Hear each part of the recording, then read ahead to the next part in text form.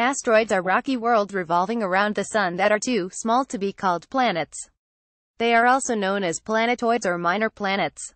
There are millions of asteroids, ranging in size from hundreds of miles to several feet across. In total, the mass of all the asteroids is less than that of Earth's moon. Despite their size, asteroids can be dangerous. Many have hit Earth in the past, and more will crash into our planet in the future.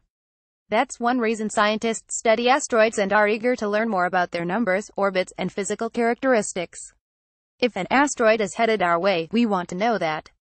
Asteroids are leftovers from the formation of our solar system about 4.6 billion years ago. Early on, the birth of Jupiter prevented any planetary bodies from forming in the gap between Mars and Jupiter, causing the small objects that were there to collide with each other and fragment into the asteroids seen today. Understanding of how the solar system evolved is constantly expanding. Two fairly recent theories, the NICE model and the Grand TAC, suggest that the gas giants moved around before settling into their modern orbits. This movement could have sent asteroids from the main belt raining down on the terrestrial planets, emptying and refilling the original belt. Asteroids can reach as large as Ceres, which is 940 kilometers, about 583 miles across. On the other end of the scale, the smallest asteroid ever studied is the 6-foot-wide 2-meter space rock 2015 TC-25, which was observed when it made a close flyby of Earth in October 2015. The chances of it hitting Earth in the foreseeable future are small, Vishnu Reddy of the University of Arizona's Lunar and Planetary Laboratory said in a statement. You can think of an asteroid as a meteorite floating in space that hasn't hit the atmosphere and made it to the ground, yet, Reddy added, nearly all asteroids are irregularly shaped, although a few of the largest are nearly spherical, such as Ceres. They are often pitted or cratered. For instance, Vesta has a giant crater some 285 miles 460 kilometers in diameter. The surfaces of most asteroids are thought to be covered in dust. As asteroids revolve around the Sun in elliptical orbits, they rotate, sometimes tumbling quite erratically. More than 150 asteroids are also known to have a small companion moon, with some having two moons. Binary or double asteroids also exist, in which two asteroids of roughly equal size orbit each other, and triple asteroid systems are known as well. Many asteroids seemingly have been captured by a planet's gravity and become moons. Likely candidates include Mars moons, Phobos and Deimos, and most of the outer moons of Jupiter, Saturn, Uranus and Neptune. The average temperature of the surface of a typical asteroid is -100 degrees Fahrenheit, -73 degrees Celsius. Asteroids have stayed mostly unchanged for billions of years. As such, research into them could reveal a great deal about the early solar system. Asteroids come in a variety of shapes and sizes. Some are solid bodies, while others are smaller piles of rubble bound together by gravity. One, which orbits the Sun between Neptune and Uranus, comes with its own set of rings. Another has not one but 6 tails. Asteroids lie within 3 regions of the solar system. Most asteroids lie in a vast ring between the orbits of Mars and Jupiter. This main asteroid belt holds more than 200 asteroids larger than 60 miles 100 kilometers in diameter. Scientists estimate the asteroid belt also contains between 1.1 million and 1.9 million asteroids larger than 1 kilometer 3,281 feet in diameter and millions of smaller ones. Not everything in the main belt is an asteroid. Ceres, once thought of only as an asteroid, is now also considered a dwarf planet. In the past decade, scientists have also identified a class of objects known as main belt asteroids, small rocky objects with tails. While some of the tails form when objects crash into an asteroid, or by disintegrating asteroids, others may be comets in disguise. Many asteroids lie outside the main belt. Trojan asteroids orbit a larger planet in 2 special places, known as Lagrange points, where the gravitational pull of the Sun and the planet are balanced. Jupiter Trojans are the most numerous, boasting nearly as high a population as the main asteroid belt. Neptune, Mars, and Earth also have Trojan asteroids. Near-Earth asteroids circle closer to Earth than the Sun. Amor asteroids have close orbits that approach but no not cross Earth's path, according to NASA. Apollo asteroids have Earth-crossing orbits but spend most of their time outside the planet's path. Aten asteroids also cross Earth's orbit but spend most of their time inside Earth's orbit. Atera asteroids are near-Earth asteroids whose orbits are contained within Earth's orbit. According to the European Space Agency, roughly 10,000 of the known asteroids are NICE. In addition to classifications of asteroids based on their orbits, most asteroids fall into three classes based on composition. The CTYP or carbonaceous asteroids are grayish in color and are the most common, including more than 75% of known asteroids. They probably consist of clay and stony silicate rocks, and inhabit the main belt's outer regions. The stipe or silicaceous asteroids are greenish to reddish in color, account for about 17% of known asteroids, and dominate the inner asteroid belt. They appear to be made of silicate materials and nickel-oran. The M-type or metallic asteroids are reddish in color, make up most of the rest of the asteroids, and dwell in the middle region of the main belt. They seem to be made up of nickel-iron. There are many other rare types based on composition as well. For instance, V-type asteroids typified by Vesta have a basaltic, volcanic crust. Ever since Earth formed about 4.5 billion years ago, asteroids and comets have routinely slammed into the planet. The most dangerous asteroids are extremely rare. According to NASA, an asteroid capable of global disaster would have to be more than a quarter-mile wide.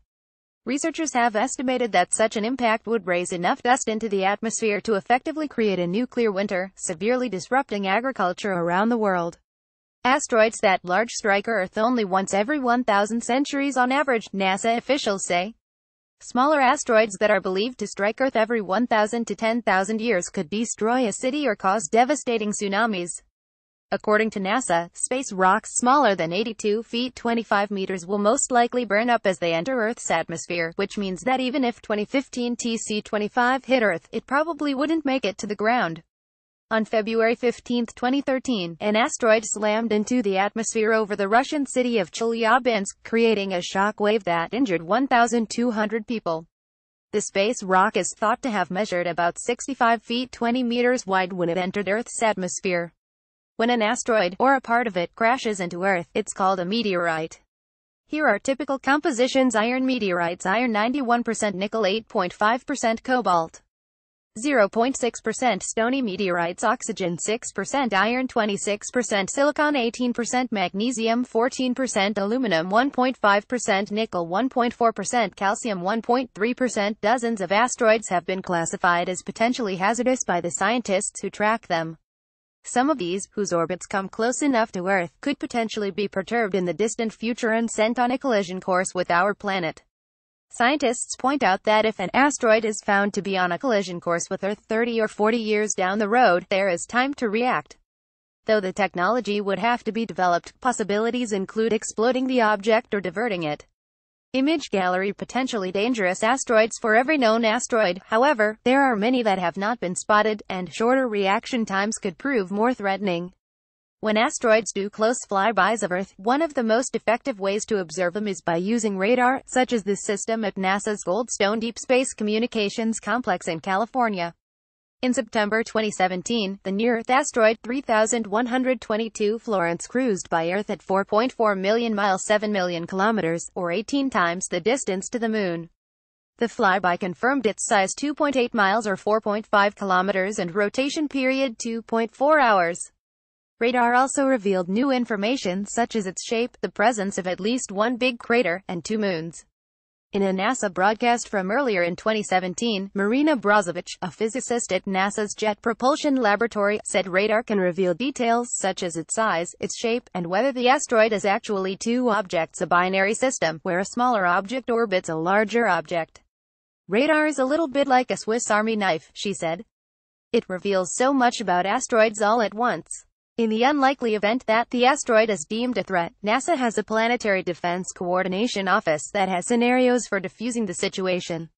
In the same broadcast, PDCO Planetary Defense Officer Lindley Johnson said the agency has two technologies at the least that could be used: a kinetic impactor, meaning a spacecraft that slams into the asteroid to move its orbit, or a gravity tractor, meaning a spacecraft that remains near an asteroid for a long period of time, using its own gravity to gradually alter the asteroid's path. PDCO would also consult with the White House and the Federal Emergency Management Agency (FEMA) and likely other space agencies, to determine what to do. However, there is no known asteroid or common threat to Earth, and NASA carefully tracks all known objects through a network of partner telescopes. Ironically, the collisions that could mean death for humans may be the reason we are alive today. When Earth formed, it was dry and barren. Asteroid and comet collisions may have delivered the water, ice, and other carbon-based molecules to the planet that allowed life to evolve. At the same time, the frequent collisions kept life from surviving until the solar system calmed down.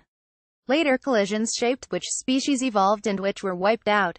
According to NASA's Center for Near-Earth Object Studies (CNEOS), it seems possible that the origin of life on the Earth's surface could have been first prevented by an enormous flux of impacting comets and asteroids, then a much less intense rain of comets may have deposited the very materials that allowed life to form some 3.8 billion years ago. In 1801, while making a star map, Italian priest and astronomer Giuseppe Piazzi accidentally discovered the first and largest asteroid, Ceres, orbiting between Mars and Jupiter. Although Ceres is classified today as a dwarf planet, it accounts for a quarter of all the mass of all the known asteroids in or near the main asteroid belt. Over the first half of the 19th century, several asteroids were discovered and classified as planets. William Herschel coined the phrase asteroid in 1802, but other scientists referred to the newfound objects as minor planets.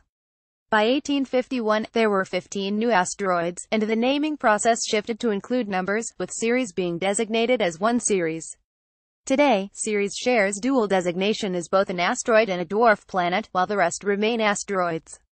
Since the International Astronomical Union is less strict on how asteroids are named when compared to other bodies, there are asteroids named after Mr. Spock of Star Trek and rock musician Frank Zappa, as well as more solemn tributes, such as the 7 asteroids named for the crew of the Space Shuttle Columbia killed in 2003.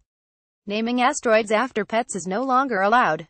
Asteroids are also given numbers, for example, 99,942 Apophis.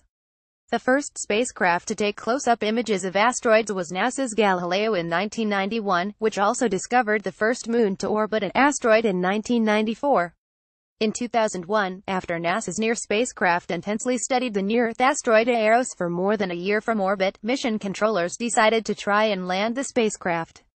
Although a WASNT designed for landing, NEAR successfully touched down, setting the record as the first to successfully land on an asteroid. In 2006, Japan's Hayabusa became the first spacecraft to land on and take off from an asteroid. It returned to Earth in June 2010, and the samples it recovered are currently under study. NASA's Dawn mission, launched in 2007, began exploring Vesta in 2011. After a year, it left the asteroid for a trip to Ceres, arriving in 2015. Dawn was the first spacecraft to visit Vesta and Ceres. As of 2017, the spacecraft still orbits the extraordinary asteroid. In September 2016, NASA launched the Origins, Spectral Interpretation, Resource Identification, Security, Regolith Explorer OSIRIS-REx, which will explore the asteroid Bennu before grabbing a sample to return to Earth. Sample return is really at the forefront of scientific exploration, OSIRIS-REx principal investigator Dante Loretta said at a press conference. In January 2017, NASA selected 2 projects, Lucy and Psyche, via its Discovery program. Planned to launch in October 2021, Lucy will visit an object in the asteroid belt before going on to study 6 Trojan asteroids. Psyche will travel to 16 Psyche, an enormous metallic asteroid that may be the core of an ancient Mars-sized planet, stripped of its crust through violent collisions. In 2012, a company called Planetary Resources, Inc. announced plans to eventually send a mission to a space rock to extract water and mine the asteroid for precious metals. Since then, NASA has begun to work on plans for its own asteroid capture mission.